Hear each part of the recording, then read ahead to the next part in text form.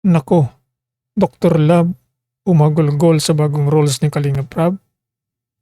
Ito po ang ating latest update. Bago na naman natin pong pag-uusapan dito po sa ating channel s- sa ating pong patuloy na pagsubaybay dito po sa Kalingap community.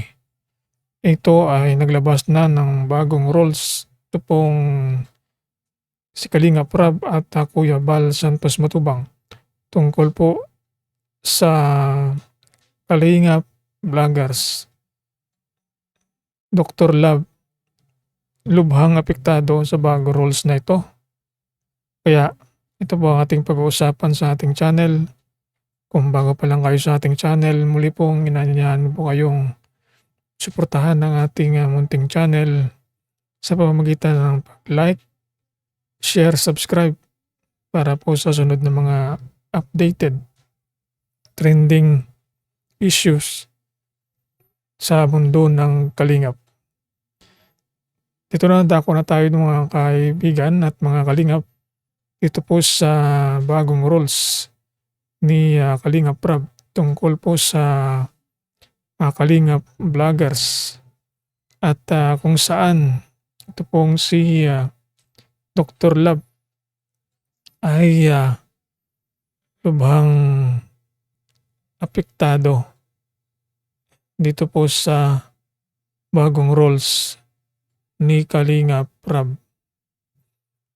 Ito po ang ating pong update at itong bagong roles ni Kalingap Prab ay at ni Kuya Bal Santos Matubang ay isa sa mga pinag-uusapan ngayon pagkat maraming mga charity vloggers ang apektado ito sa rules na ito upang mapangalagaan ang mga beneficiary at magkaroon sila ng trending ang kanilang appearance o image dito po sa Kalingap. Dahil nga po sa expose na itong mga angels ito po sa iba pang mga Kalingap vloggers, talagang nakita natin na nakikita lagi at itong si Dr. Love ay isa sa mga nasilip ng mga netizen na lagi daw ginagawa itong pag-expose kay Beyonce at binabas ito pong si Dr. Love. Kaya ito po ang roles ni Kalingap Prab at inihayag ito sa live ni Kuya Bal Santos Matubang kung saan nagbigay ng pahayag si Kuya Bal tungkol po sa rules na ito upang pangalagaan ng mga angels at tinalakay din ito ni Kuya July ang bagong roles sa Kalingap community lalo na sa mga Kalingap vloggers. Kaya ito po ang isa sa mga roles natin pong babasahin pagkat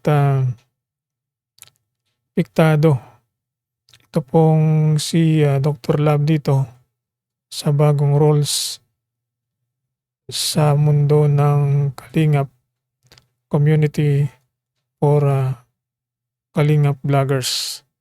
Ito ang bagong roles for Kalingap vloggers. Walang BTS kapag nagbablog itong pong si Kalingap Prab at kasama ka doon ka sa bawal ka mag-vlog. Pwede ka mag-vlog kapag tapos na si Kalingap Prab mag-vlog or sinabihan ka mismo na mag-vlog. At bawal din i-vlog ang beneficiaries ni Kalingap Prab kahit pa ikaw ang naka-scout. Kung gusto nyo na mag-vlog, huwag nyo ipasa kay Kalingap Prab. Kapag ikaw ang naka-scout, pwedeng i-vlog ang pamilya pero wag araw-arawin, bigyan din sila ng privacy. Bawal din i-vlog ang mga scholars, mga beneficiaries ng Kalingap Angels ni Kalingap Rab. Pero kapag may event gaya ng birthday party, Dibo, Kalingap Ball, ribbon cutting, pwede silang mag-gift o matutukan ng video. Basta wag lang maunang mag-upload kay Kalingap Rab. Pag may bashing sa upload, ay tanggalin nyo agad or kami ang magpapatanggal. Scout mo, vlog mo. Kapag si Kalingap Rab na mismo ang nagsabi, pero hangga't hindi pa siya nagsasabi, huwag mo nang i-vlog. Kapag pinasa mo na, hayaan mo na si Kalingap Rab ang mag-vlog. Ito sa bagong rules na ito ay lubhang apektado itong si Dr. Love at mababawasan na itong BTS ito kay Beyonce at lalo na nga nakikita na itong channel ni Dr. Love ngayon ay mukhang mayroon ng